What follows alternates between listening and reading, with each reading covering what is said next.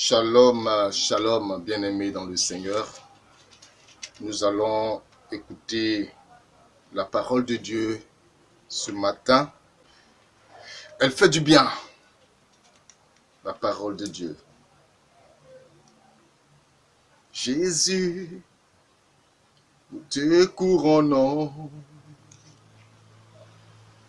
nous te proclamons roi, présent au milieu de nous.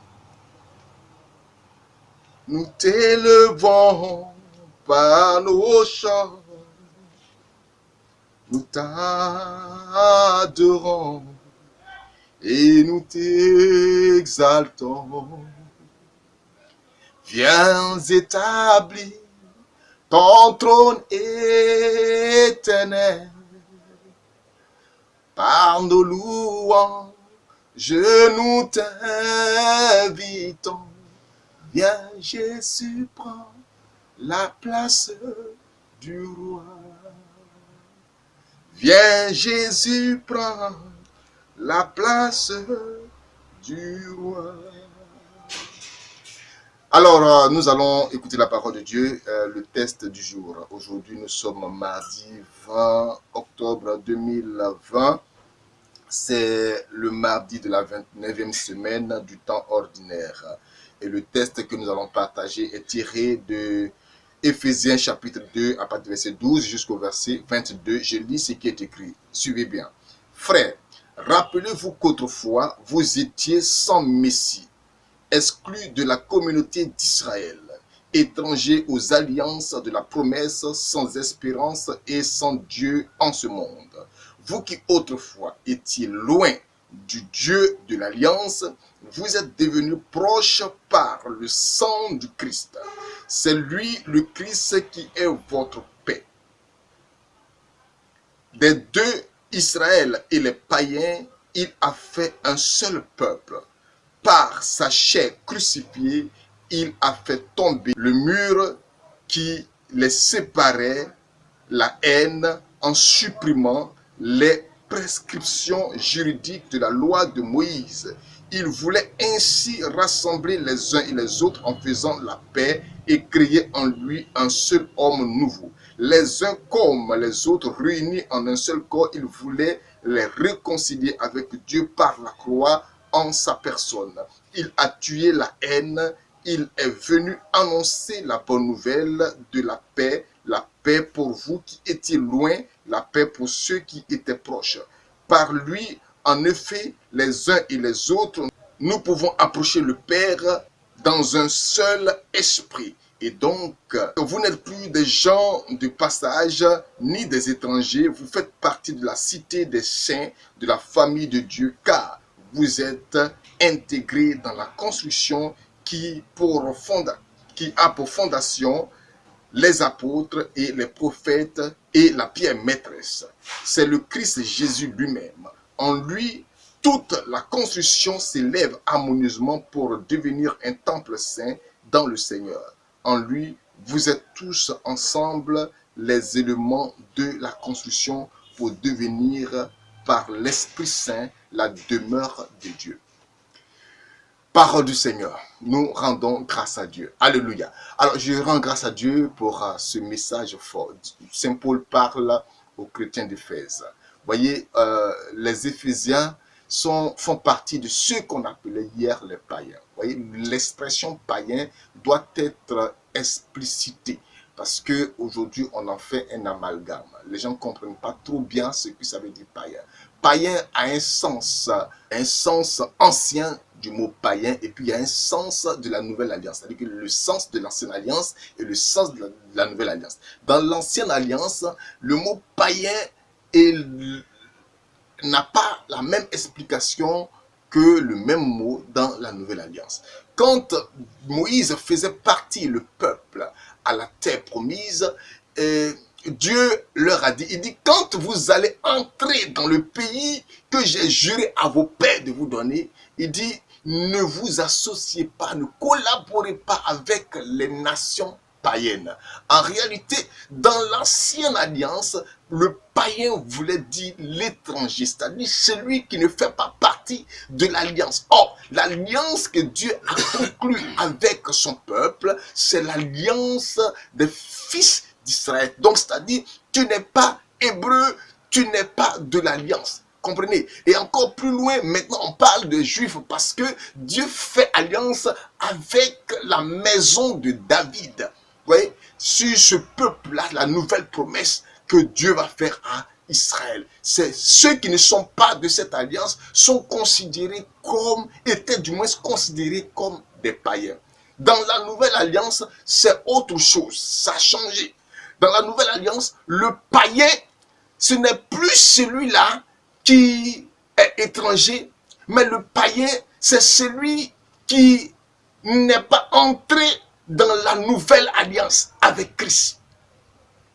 Ici, le texte que nous lisons, Paul nous explique, et il explique aux Éphésiens comment ils ont été rachetés. Eux qui étaient hier sans Christ, c'est-à-dire les païens étaient sans Christ, ils n'avaient pas Dieu. Il dit, frère, rappelez-vous qu'autrefois, vous étiez sans Messie. Sans Messie. Vous n'aviez pas Dieu dans votre vie. Exclu de la communauté d'Israël. Vous étiez étrangers aux alliances de la promesse. Vous étiez étrangers aux alliances de la promesse. Il dit, vous étiez étrangers aux alliances sans promesse et sans Dieu dans ce monde. Vous qui autrefois étiez loin de Dieu, du Dieu de l'Alliance, vous êtes devenus proches par le sang de Jésus-Christ.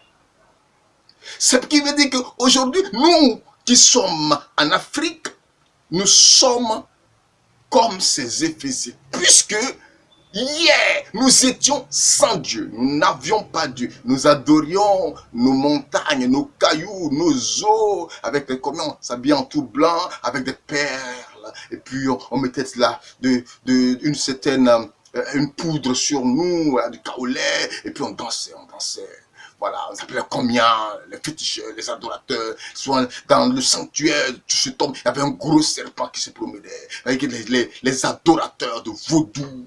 Et on était convaincus de cela, mais c'est parce que on n'avait pas Dieu, car Dieu a dit, on ne doit pas adorer la créature, mais adorer le Créateur. Nous étions sans Dieu. Mais la miséricorde de Dieu s'est manifestée. L'amour de Dieu a été manifesté en la personne de Jésus-Christ, le Fils de Nazareth, qui est allé monter au supplice de la croix, qui s'est donné la mort pour que toi et moi, nous soyons vivants et que nous soyons désormais des enfants de la promesse.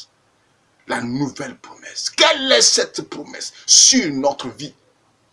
La promesse aujourd'hui, c'est que la vie éternelle, la porte du royaume qui était fermée hier, parce que là, il ne s'agit plus de la terre promise, la terre d'Israël. Non, la nouvelle Jérusalem, le royaume de Dieu. Pour y entrer, une clé. Cette clé, c'est Jésus-Christ de Nazareth qui la tient et qui la donne. Et par par notre acceptation, la clé nous a été donnée. Nous faisons maintenant partie de la nouvelle Jérusalem. Les enfants de la nouvelle alliance. Les enfants de la nouvelle promesse. C'est pourquoi, bien-aimé dans le Seigneur, mon message va te dire, tu n'as pas à douter, tu n'as pas à craindre. Tu as choisi la bonne part. Le message est adressé à quelqu'un qui connaît Dieu. Mais souvent, même quand on le connaît, souvent on peut danser à cause de certaines situations. Mais écoute, bien-aimé dans le Seigneur, tu fais partie d'une nation nouvelle. Désormais, le juif n'est plus mieux loti que toi. Il n'est plus mieux logé que toi. Le juif et toi faites partie de la même promesse. Tu deviens fils d'Abraham, mais mieux, tu deviens fils de Dieu. De par ton acceptation, de par ton fiat et de par ta consécration par le baptême.